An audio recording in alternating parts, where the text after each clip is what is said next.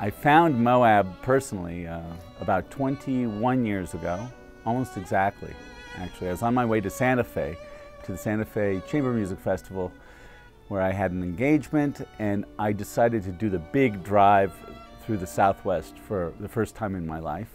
And I drove into this place, and just as you approach Moab, you see all of these brilliant red rocks coming into town, and well, that got my attention. And then the next thing I saw was a sign that said Arches National Park, 1 mile. But then I drove through the park. I couldn't believe it. I drove through town. I had to get to Santa Fe, but I vowed at that moment that I would come back to Moab because I was immediately smitten with this town.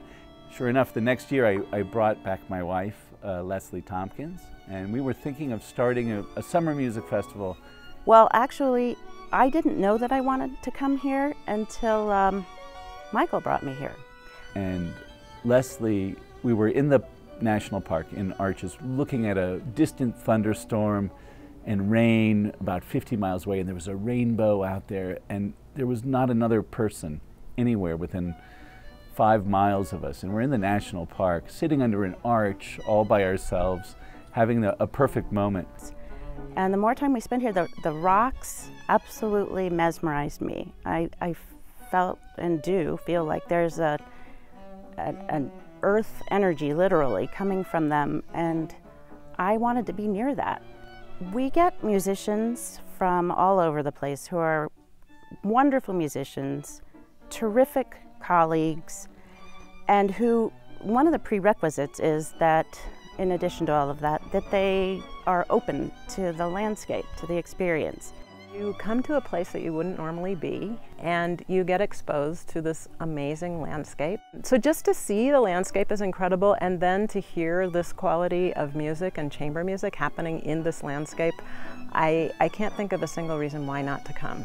You can tell your friends that where else are they going to hear a group of short pieces by Scarlatti, Henry Cowell, and Morton Feldman played in a wilderness grotto that you have to take a 45-minute boat ride to get to, where a grand piano is set up. Think of the grotto as a cathedral of nature, and then put some music in it that people love to do, and it's really, honestly, absolutely gorgeous and inspiring.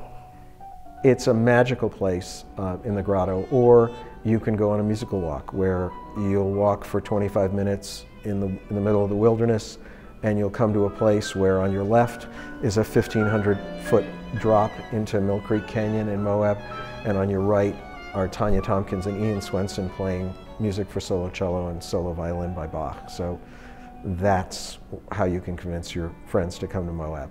This is the place, and this is the place I always want to return to every year as much as possible. And so here we are 19 years later, the Moab Music Festival.